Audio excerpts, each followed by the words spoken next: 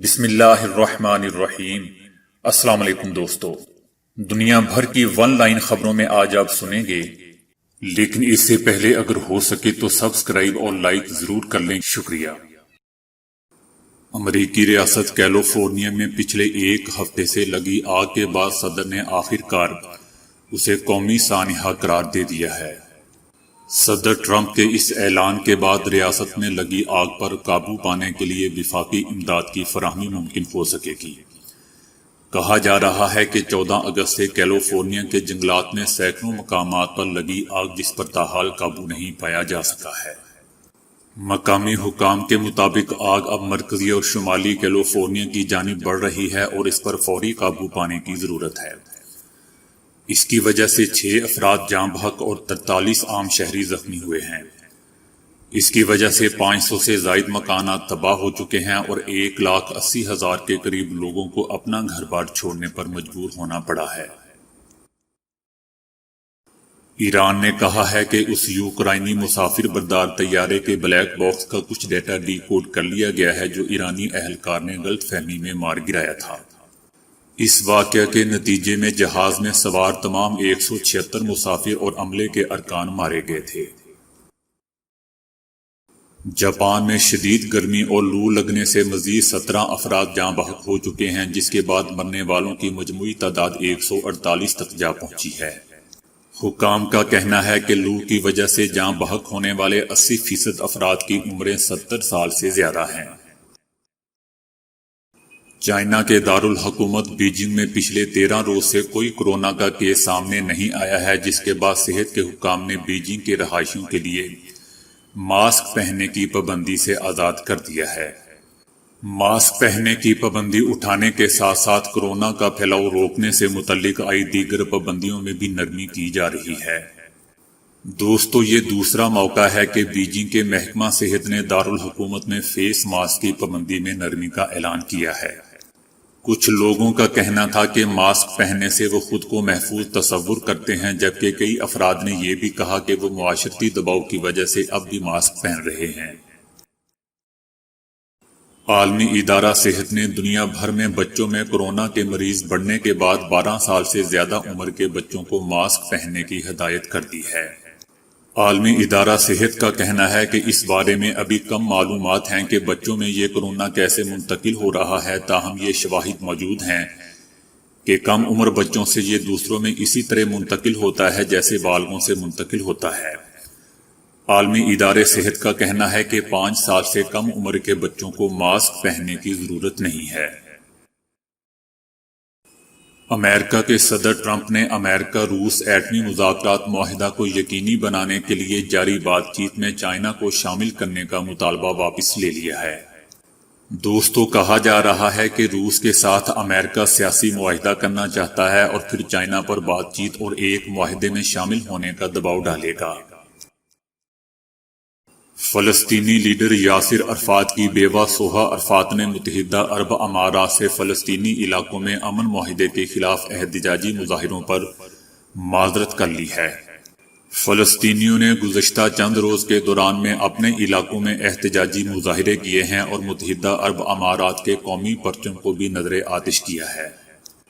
سوہا عرفات نے ان واقعات کے رد عمل میں انسٹاگرام پر ایک پوسٹ میں لکھا ہے کہ میں معزز فلسطینی عوام کی جانب سے متحدہ عرب امارات کے عوام۔ سوہا عرفات نے ان واقعات کے رد عمل میں انسٹاگرام پر ایک پوسٹ میں لکھا ہے کہ میں معزز فلسطینی عوام کی جانب سے متحدہ عرب امارات کے عوام اور ان کی قیادت سے ان کے قومی پرچم کو نذر آتش کرنے اور اس محبوب ملک کی علامتوں کی بے توقیری پر معذرت کرتی ہوں۔ انہوں نے یہ بھی لکھا ہے کہ اختلاف رائے کو دوستی کو ملیہ میٹ کرنے کی اجازت نہیں دی جانی چاہیے۔ اس کے ساتھ انہوں نے اپنے مرحوم خامد یاسر عرفات کی متحدہ عرب امارات کے مرحوم حکمران شیخ زید بن سلطان سے ملاقات کی ایک تصویر بھی پوسٹ کی ہے۔ 2015 کے ایرانی معاہدے پر دستخط کرنے والے تمام ممالک ماسوائے امریکہ کے اگلے ماہ ویانا میں ملاقات کریں گے۔ یورپی یونین کا کہنا ہے کہ برطانیہ، فرانس، جرمنی، روس، چائنا اور ایران کے نمائندے 1 ستمبر کے اجلاس میں شریک ہوں گے۔ روس اور چائنا کا کہنا ہے کہ امریکہ کو پابندیوں کی بحالی کا مطالبہ کرنے کا کوئی حق حاصل نہیں ہے کیونکہ وہ اس سمجھوتے سے پہلے ہی نکل چکا ہے۔ برطانیہ، فرانس اور جرمنی نے بھی امریکی فیصلے کی مخالفت کا اظہار کیا ہے۔ اس سے پہلے امریکہ کا کہنا تھا کہ سمجھوتے کا کوئی بھی رکن اقوام متحدہ کی سلامتی کونسل سے پابندیاں بحال کرنے کا مطالبہ کر سکتا ہے۔ امریکہ کے ایک مصنوعی سیارے نے چائنا کے ایک زیر زمین زیر آب فوجی اڈے کا پتہ چلا کر سب کو حیران کر دیا ہے۔ یہ عجیب اتفاق ہے کہ سیٹلائٹ نے اس کی تصاویر اس وقت لیں جب ایک آبدوز جنوبی بحیرہ چائنا میں ایک جزیرے پر موجود اڈے کے اندر اتر رہی تھی۔ امریکی محکمہ دفاع نے کہا ہے کہ اس طرح کی تصاویر لینا واقعی اتفاقیہ ہے اور بہت کم ایسا ہوتا ہے۔ اگرچہ چینی زیر زمین اڈے کی موجودگی سراسر غیر معمولی ہے تاہم سیٹلائٹ کا اس کی تصاویر لینا بھی غیر معمولی ہے۔ اس کے علاوہ ان کا کہنا تھا کہ بیجنگ اس طرح اپنی تنصیبات کو چھپا دیتا ہے۔ سعودی عرب میں امریکہ سے تعلیم یافتہ نوجوان کی چائے کا سٹال لگانے کی ویڈیو سوشل میڈیا پر وائرل ہو گئی۔ حکومت نے نوٹس لے کر نوجوان کو اسناد سمیت طلب کر لیا۔ ویڈیو میں نوجوان امریکہ سے امتیازی پوزیشن کے ساتھ انفارمیشن سسٹم میں ماسٹرز کی ڈگری بھی دکھا رہا ہے۔ صارفین نے اس ویڈیو پر حیرانگی، افسوس اور دکھ کا اظہار کرتے ہوئے سعودی حکومت سے اس ویڈیو کا نوٹس لینے کی اپیل کی تھی۔ اس واقعہ کے بعد الریاض بینک نے اس نوجوان کو ملازمت کی پیشکش کر دی ہے۔ یورپی یونین نے ایران کے خلاف امریکی پابندیوں کی قرارداد کی حمایت کرنے سے واضح طور پر انکار کر دیا ہے۔ یورپین خارجہ امور کے سربراہ جوزف بوریل نے کہا ہے کہ ہمارے بار بار یاد دہانی کے باوجود امریکہ خود ایرانی معاہدے سے علیحدہ ہوا۔ امریکی وزیر خارجہ مائک پومپیو آج اسرائیل کا دورہ کر رہے ہیں۔ اس کے بعد وہ کل منگل کو متحدہ عرب امارات جائیں گے۔ دورے کا مقصد حال ہی میں دونوں ممالک کے درمیان ہونے والے امن معاہدے کو آگے بڑھانا ہے۔ چائنا اور ایران جیسے اہم معاملات پر اپنے اتحادیوں سے صلاح مشورہ بھی کرنا ہے۔ مقبوضہ وادی میں محبوبہ مفتی کی بیٹی ارتقا نے پاسپورٹ میں اپنی والدہ کا نام تبدیل کرنے کے لیے اخبار میں اشتہار دیا ہے۔ وہ اپنی ماں کا نام تبدیل کر کے محبوبہ مفتی سے محبوبہ سید کروانا چاہتی ہیں۔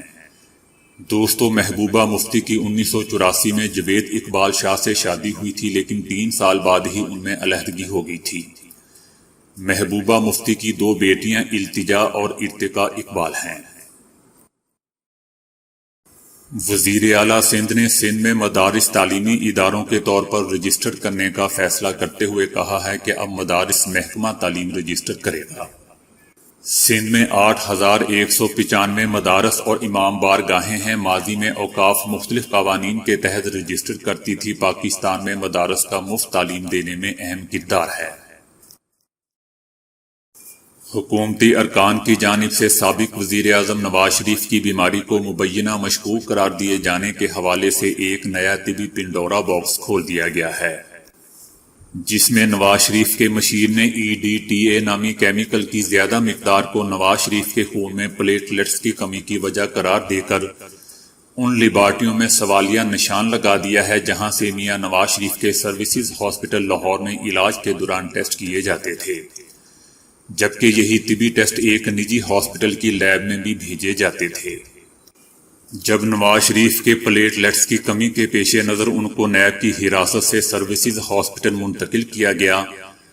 ہاسپٹل میں داخلے کے بعد ان کے پلیٹلیٹس کی تعداد صرف 2000 رہ گئی تھی، جبکہ نارمل انسان کے پلیٹلیٹس کی تعداد 1.5 لاکھ سے 4 لاکھ ہوتی ہے۔ جب خون میں پلیٹلیٹس کی تعداد 50,000 سے کم ہو تو مریض کی زندگی کو خطرہ لاحق ہو جاتا ہے اور اس کمی کی وجہ سے اس کا دماغ مفلوج ہونے کا خدشہ بڑھ جاتا ہے۔ اگر کسی شخص کے پلیٹلیٹس کی شدید کمی کی وجہ سے جسم پر نیل پڑے ہوں، دانتوں اور مسوڑوں سے خون جاری ہو اور ٹانگوں پر سرخ رنگ کے دھبے ہوں تو پلیٹلیٹس کی کمی کی رپورٹ درست تسلیم کی جاتی ہے۔ ٹیسٹ کی پہلی اننگز میں انگلینڈ کے پہاڑ جیسے ہدف کے تعاقب میں پاکستانی بیٹنگ لائن 273 رن پر ڈھیر ہو گئی۔